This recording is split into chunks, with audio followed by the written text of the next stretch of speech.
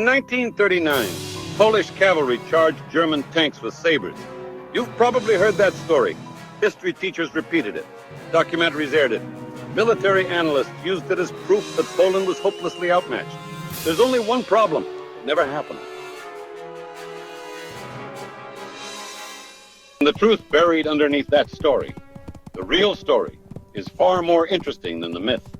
Because what actually happened on September 1st, 1939 wasn't a desperate, reckless charge into the jaws of German armor. It was one of the most successful cavalry actions of the entire war. To understand what really happened, you need to understand what Poland was up against. On September 1st, 1939, Germany launched one of the most overwhelming military offensives in modern history. 1.5 million soldiers, 2,400 tanks, nearly 2,000 aircraft.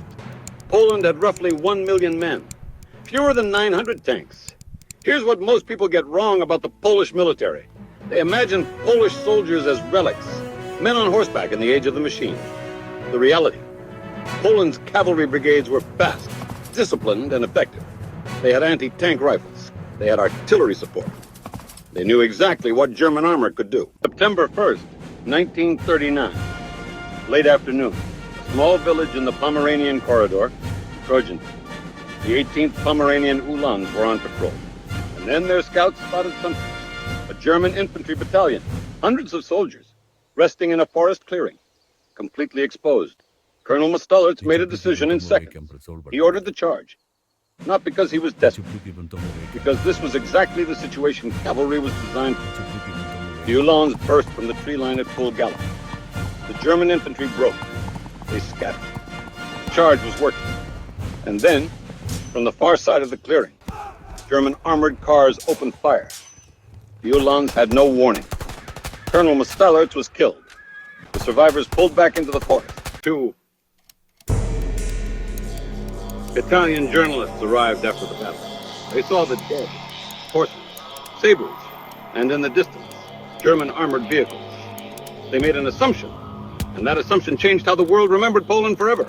Correspondent Indro Montanelli filed his report. Polish cavalry had charged German tanks with sabers. Nazi Germany's propaganda ministry immediately saw the value. This was exactly the narrative they needed. Poland wasn't defeated by overwhelming force. Poland was simply primitive, backwards. The story spread through German state media overnight, then into international wire services. Nobody verified it. Within months, Poland ceased to exist as an independent nation. There was no one left to correct the record. It took decades. Military historians began re-examining the 1939 campaign in the 1970s and 80s. They went back to the primary sources. What they found was unambiguous. No cavalry unit in the Polish military was ever ordered to charge a tank. Not once. Today, Poland officially recognizes the Battle of Krojanty as an act of military courage, not recklessness. Colonel Mostollerts' decision was sound. His men fought well. History just needed 40 years to admit it. The story of Krojanty isn't just a footnote.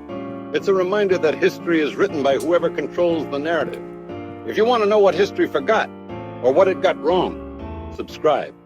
There are a lot more stories like this one.